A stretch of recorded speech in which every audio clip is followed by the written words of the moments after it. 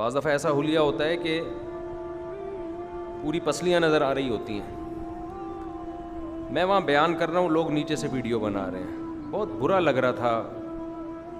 دیکھتے نہیں ہیں کہ کیا کرنے کا کام ہے، کیا اس کو بھی نیٹ پہ بھی ڈال دیا انہوں نے. کس حال میں انسان بیٹھا ہوا ہے، آپ کو بس ویڈیو کی فکر ہے. جو چیز اپنے لیے پسند نہیں کرتے وہ کبھی بھی کسی دوسرے کے لیے نہیں کرو. ایک آدمی قمیض اتار کے بیٹھا ہے، وہ کبھی چاہے گا کہ میری ویڈیو لوگ نیٹ پہ ڈالیں؟ مجھے اتنا غصہ آیا جس شخص نے بھی ویڈیو بنائی ہے مینا میں، پتہ نہیں کون تھا وہ، لیکن مجھے بہت برا لگا. اتنی اذیت دی ہے کہ قمیض کے بغیر آپ کسی کی ویڈیو بنا کے نیٹ پہ ڈال دیں. کون پسند کرتا ہے اس کو؟ لیکن لوگوں نے بنا کے ڈال دی، شرم نہیں آتی. مجھے تو تھا کہ کہیں اکیلے میں ملے، میں بولوں گا آپ نے بہت بے شرمی کا کام کیا ہے، ذرا بھی آپ میں شرم اور غیرت نہیں ہے. حج کرنے آئے ہوئے ہو، دیکھو کہ کون آدمی کے سولے میں. بعض دفعہ احرام میں انسان کے گھٹنے کھلے ہوئے ہوتے ہیں، چادریں دائیں بائیں گئی ہوئی ہوتی ہیں، آپ کو بس اپنے ویور بڑھانے کا شوق ہے. مولانا اشرف علی تھانوی رحمۃ اللہ علیہ نا ساری زندگی ایک بات کہتے کہتے دنیا سے چلے گئے کہ مسلمان عبادت گزار ہو سکتا ہے،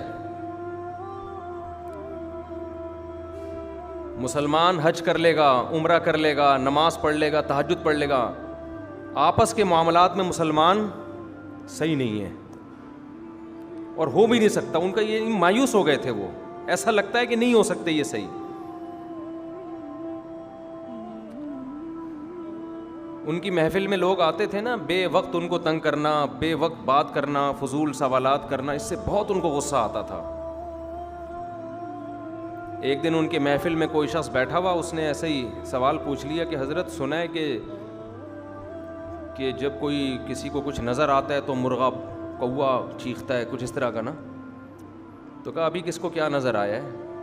مطلب ہے کہ آپ بھی کوے کی طرح بے فضول سوال پوچھنا شروع کر دیا، آپ نے کوے کی طرح کائیں کائیں شروع کر دی. ابھی کسی کو کچھ نظر آیا کیا؟ وہ لحاظ نہیں کرتے تھے ان چیزوں میں. تو وہ ساری زندگی ایک ہی بات سکھاتے رہے کہ معاشرت، معاملات، آپ کے کسی عمل سے دوسرے کو تکلیف نہ ہو. 100 دفعہ سوچو یہ کام کرنے سے پہلے. اور وہ حدیث کوٹ کرتے تھے، نبی صلی اللہ علیہ وسلم نے فرمایا المسلم من سلم المسلمون من لسانہ ویدہ. مسلمان وہ ہے جس کی زبان اور ہاتھ کے شر سے دوسرے مسلمان محفوظ رہیں. اس حدیث کا مطلب وہ یہ بیان کرتے تھے کہ اس حدیث کا مطلب یہ ہرگز نہیں ہے کہ آپ دوسرے کو تکلیف نہ دیں، نا نا نا نا نا نا نا. اس کا مطلب یہ کہ آپ کوئی ایسا کام نہ کریں کہ آپ کا تکلیف دینے کا ارادہ نہ ہو، پھر بھی تکلیف ہو جائے. سوچ سمجھ کے کریں کہ نہ چاہتے ہوئے کوئی چیز میرے لیے تکلیف کا ذریعہ نہ بنے. ہر کام کرنے سے پہلے 100 دفعہ سوچیں کہ یار ایسا نہ ہو کہ سامنے والے کو اس عمل سے تکلیف ہو. اگر آپ نے کوئی ایسی ویڈیو بنائی، آپ پوچھیں تو صحیح کہ میں وائرل کروں اس کو کہ نہیں کروں. بعض لوگ کی طبیعت میں حیا ہوتی ہے. ہمارے حضرت مفتی رشید احمد صاحب رحمہ اللہ تعالی میں اتنی حیا تھی، وہ کبھی بغیر کرتے کے گھر میں بھی نہیں بیٹھتے تھے، مزاج تھا ان کا. تو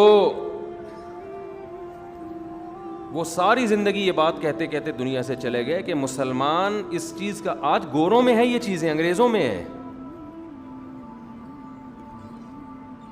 ہمارے ایک دوست نے بتایا کہ میں جہاز میں سو رہا تھا، میری آنکھ لگ گئی، یعنی آنکھ لگ گئی، سو گئے. وہ کہیں یو ایس اے میں یا کہیں یورپ کے کسی کنٹری میں جہاز لینڈ کیا ہے، تو یہ سو رہے ہیں پڑے ہوئے،